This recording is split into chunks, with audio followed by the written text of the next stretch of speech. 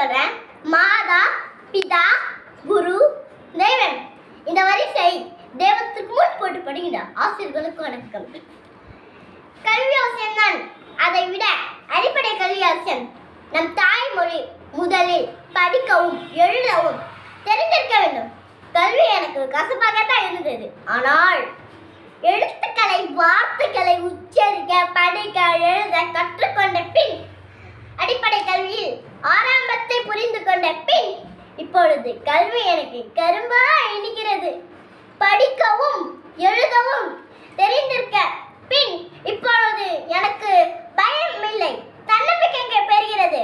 ஒரு கட்டிடம் உறுதியாக இருக்கும் வேண்டும், அதனால் அதன் நடுத்தளம் நன்றாக இருக்க வேண்டும்.